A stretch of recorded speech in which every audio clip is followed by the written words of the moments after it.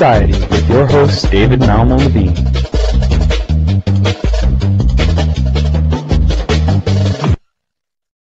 She was a good girl till she visited dopefiends.com picture. Hey kid, wanna buy a book? Here, I got something to show you. All good. Welcome to dopefiends.com. We provide you with information that is safe, profitable, and productive. Learn safety techniques that will help keep your plants, shrooms, and laboratories clean, well-maintained, and hidden from any nosy neighbors. Be more profitable by knowing the best varieties for you, best techniques, and the best maintenance for your operation. Want to increase your productivity? We have books and videos that will show you how to utilize your space more efficiently, written by professionals in the field. So now that you have the information, and you know where to get it, and you know where to find it, be wise and buy from dopefiends.com for all your growing knowledge and esoteric wisdom.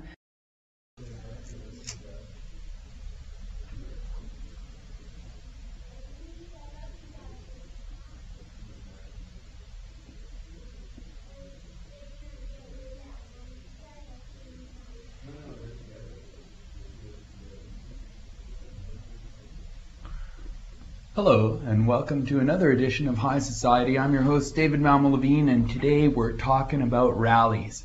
What you just saw there was a rally poster for the Saturday, May 5th Drug Peace Rally in Vancouver. We're going to march on the drug courts and the American Embassy and just say no to that brand of cultural imperialism.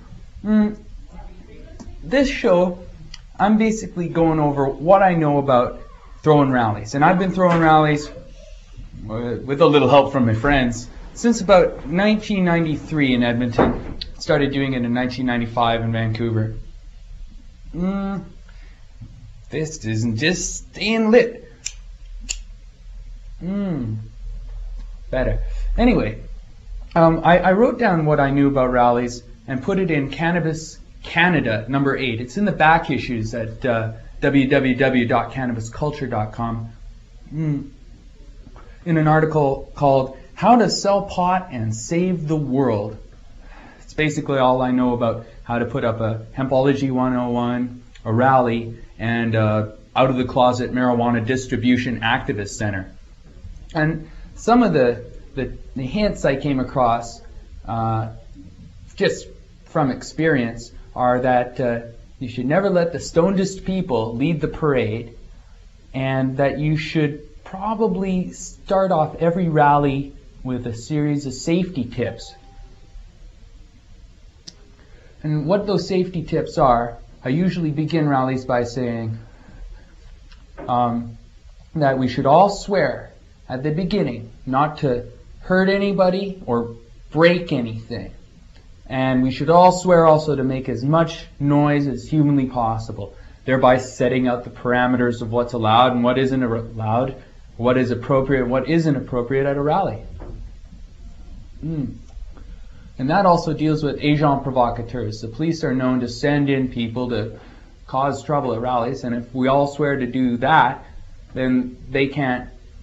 You mention the word agent provocateur, you explain what they do, and then that kind of defuses that move out of their bag of tricks, because you can just hand over anybody who is hurting people or breaking things to the police. They'll be around.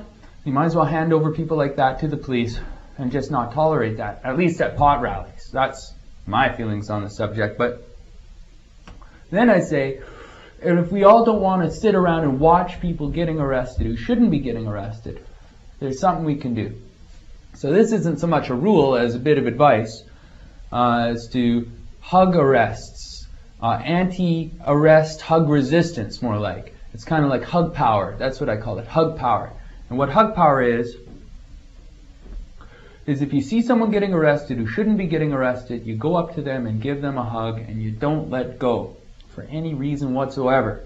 And that presents a problem to the police. They either throw both of you in the paddy wagon, or 3 of you or 4 of you in the paddy wagon, or they let you go. And half the time they let you go, and half the time they have a hard time busting you. Either way, you win and they lose. In my book, it's better to be resisting arrest out in front of everybody than having to deal with arrest one at a time behind closed doors. So on rally day, I suggest people be a little more assertive wherever they are than they usually are. Now, as these videos will demonstrate, sometimes it works, sometimes it doesn't. The more video cameras that are there to record the event, the more pressure on the police to behave nicely. Now, the history of nonviolent civil disobedience hug arresting goes back to the 60s, and I've managed to find some archival footage of Berkeley in the 60s, a film called Berkeley in the 60s, which demonstrates this hug power admirably. Then we scoot on over to Rodney King briefly and just realize the effect that that piece of videography had on police's behavior around cameras. And then we get into some early hemp rallies in the 90s. You'll see some Jack Harrar and some Marc Emery there. And then we get into a whole bunch of rallies held in Vancouver and gatherings and raids and this and that and the other thing. And I'll leave it to you folks to email me back with some of the do's and don'ts that you find on those bits of tape. There's so many to count. Rallies between 1996 all the way to last year. So check out all the do's and don'ts and all the ways you can improve your rally in your area. We also have signs and banners and puppets and lots of different ideas that you can scoop from us here at POT TV on how to improve your own rally. So tune in, because at the end of the show I will provide you with some links where you can get more information on the legal defense for the civil disobedience actions of all types, and again, where all this is written out in great detail in Cannabis Canada magazine. So, hope you enjoy, and see you after the show. That modern man suffers from a kind of poverty of the spirit, which stands in glaring contrast to his scientific and technological abundance. We've learned to fly the air like birds. We've learned to swim the seas like fish. And yet we haven't learned to walk the earth as brothers and sisters. I woke up this morning when the man said on freedom. I woke up this morning when the man... More than any other cause, the civil rights movement became the wellspring of student activism and inspired our entire generation.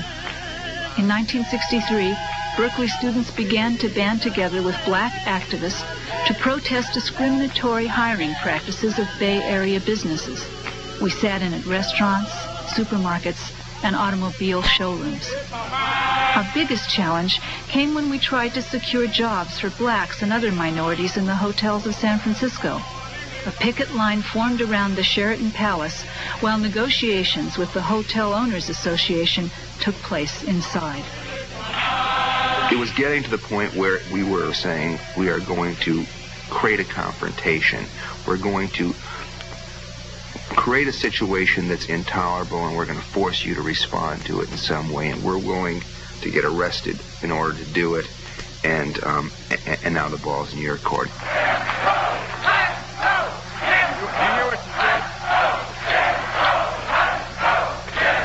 All of this in this elegant lobby, I can't convey to you the effect. It was like the riffraff coming to the White House or something, and the real democratic masses had moved in and taken over, you know, saying, no, you cannot continue to run this hotel in this racist fashion.